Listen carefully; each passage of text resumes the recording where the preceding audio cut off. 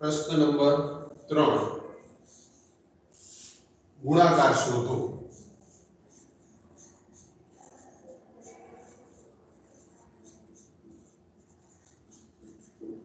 એક પદીનો દ્વિપદી સાથે આપણે ગુણાકાર જોયો। હવે આમાં આપણે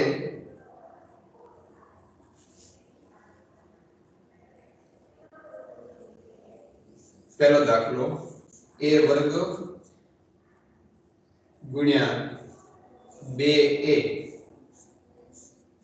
એના ઉપર 22 ઘાત ગુણ્યા 4a એના ઉપર 26 ઘાત। એક આ ગુણાકાર છે। પછી ત્રીજો એક દાખલો જોઈએ।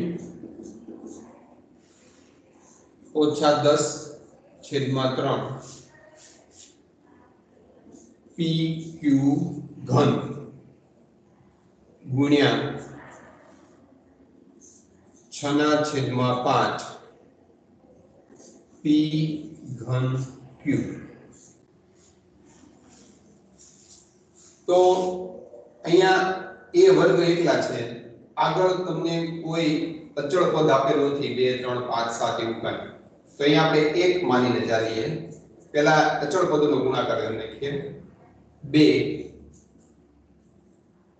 ગુણ્યા 4 પછી આ જે અજ્ઞાત પદો છે a નો વર્ગ ગુણ્યા a નો વર્ગ a ની 22 ઘાત અને ગુણ્યા a ની 26 ઘાત। 1 2 2 એટલે કે 2 જ રહે અને 2 ચોક 8।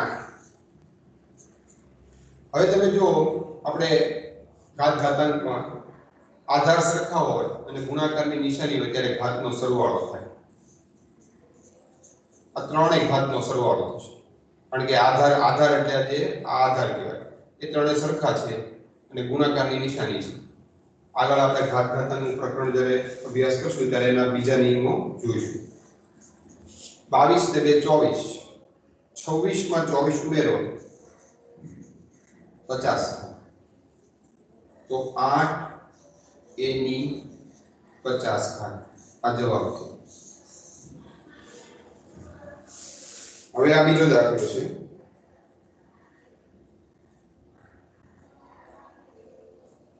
એમાં પણ આપણે આ જે પદો છે એનો ગુણાકાર પહેલા લઈ લઈશું।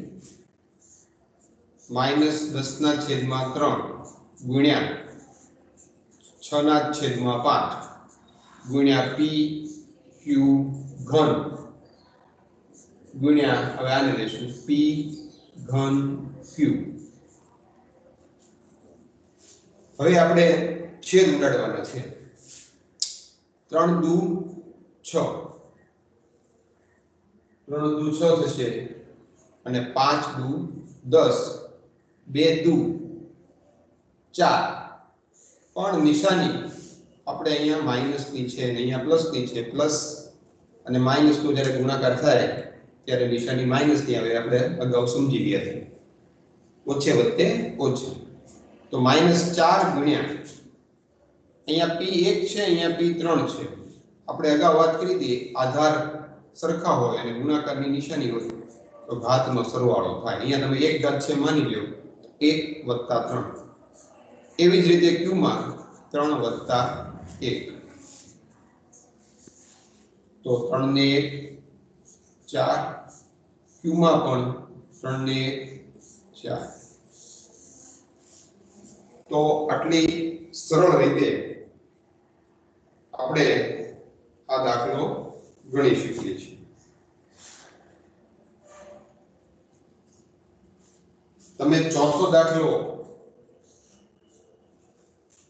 ગણી અને શું જવાબ આવે તે મને કહો।